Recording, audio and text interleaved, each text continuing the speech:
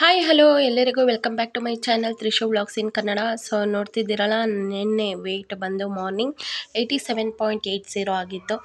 So ನಾನು 21 days challenge ತೊಗೊತಾ ಇದ್ದೀನಿ. ಈ ಒಂದು 21 ಡೇಸ್ ಚಾಲೆಂಜ್ ಒಳಗಡೆ ಒಂದು 8ಇಂದ 10 kgsವರೆಗೂ ವೆಯ್ಟ್ ಲಾಸ್ ಆಗೋಣ ಅಂತ ಅಂದ್ಕೊಂಡಿದ್ದೀನಿ. ಸೊ ನಾನು 83.75 ಗಂಟೆ ರೀಚ್ ಆಗಿ ಮತ್ತೆ ಊರಿಗೆ ಹೋಗಿ ಅಲ್ಲಿ ಫಂಕ್ಷನ್ಸ್ ಎಲ್ಲ ಮುಗಿಸ್ಕೊಂಡು ಮತ್ತೆ 87.8ಗೆ ಬಂದಿದ್ದೀನಿ. ಸೊ ಒಂದು 5 kg ಗೇನ್ ಆಗಿದ್ದೀನಿ. ಈ ಒಂದು 5 kgನ ನಾನು ಈ ಒಂದು 21 ಡೇಸ್ ಒಳಗಡೆ 5 to 8 kgs ಇಲ್ಲ 8 to 10 kgs ಅಷ್ಟು ನಾನು ರೆಡ್ಯೂಸ್ ಮಾಡ್ಕೋಬೇಕು ಅಂತ ಅಂದ್ಕೊಂಡಿದ್ದೀನಿ. ಈ ಒಂದು ಚಾಲೆಂಜ್ ತುಂಬ ಚೆನ್ನಾಗಿರುತ್ತೆ. ನಿಮಗೇನಾದರೂ ಇಷ್ಟ ಆಯಿತು ಅಂದರೆ ವಿಡಿಯೋನ ಲೈಕ್, ಶೇರ್ ಆ್ಯಂಡ್ ಸಬ್ಸ್ಕ್ರೈಬ್ ಮಾಡಿ. ಸೊ ಮಾರ್ನಿಂಗ್ ಬೆಳಗ್ಗೆ ನಾನು ಹಾಟ್ ವಾಟರ್ ಪ್ಲಸ್ ಹಾಫ್ ಲೆಮನನ್ನು ತೊಗೊಂಡಿದ್ದೀನಿ. ಇದಾಗಿತ್ತು ನನ್ನ ಮಾರ್ನಿಂಗ್ ಡಿಟಾಕ್ಸ್ ಡ್ರಿಂಕ್.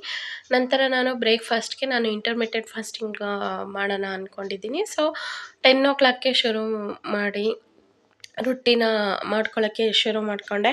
ಸೊ ನೋಡ್ತಿದ್ರಲ್ಲ, ಚೆನ್ನಾಗಿ ಒಂದು ರವೆ ರೊಟ್ಟಿ ಮಾಡ್ಕೊಳ್ಳೋಣ ಅಂತ ರೆಡಿ ಮಾಡ್ಕೊತಾ ಇದ್ದೀನಿ. ಸೊ ಒಂದೇ ಒಂದು ರೊಟ್ಟಿ ತೊಗೊಂಡೆ, ಅದ್ರ ಜೊತೆಗೆ ಒಂಚೂರು ಪನ್ನೀರ್ ಹಾಕ್ಕೊಂಡು ರವೆ ರೊಟ್ಟಿ ಮಾಡ್ಕೊಂಡಿದ್ದೆ. ಸ್ವಲ್ಪ ಪಲ್ಯ ಮಾಡ್ಕೊಂಡಿದ್ದೆ.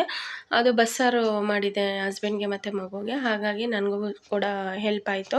ಸೊ ಪ್ರೋಟೀನ್ಗೆ ನಾನು ತುಂಬ ಚೆನ್ನಾಗಿ ಒಂದು ಸೊಪ್ಪಿನ ಪಲ್ಯ ಹಾಗೆ ಪನ್ನೀರನ್ನ ಯೂಸ್ ಮಾಡಿಕೊಂಡು ಇದು ಸೌತೆಕಾಯಿನೂ ಕೂಡ ಆ್ಯಡ್ ಮಾಡ್ಕೊಂಡಿದ್ದೀನಿ ಈ ಒಂದು ರವೆ ರೊಟ್ಟಿಗೆ. ತುಂಬ ಸಾಫ್ಟಾಗಿ ಜ್ಯೂಸಿಯಾಗಿ ಚೆನ್ನಾಗಿತ್ತು.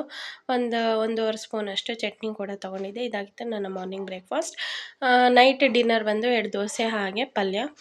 ಇದಾಗಿತ್ತು ನನ್ನ ನಿನ್ನೆಯ ದಿನ. Thank you for the watching. Bye.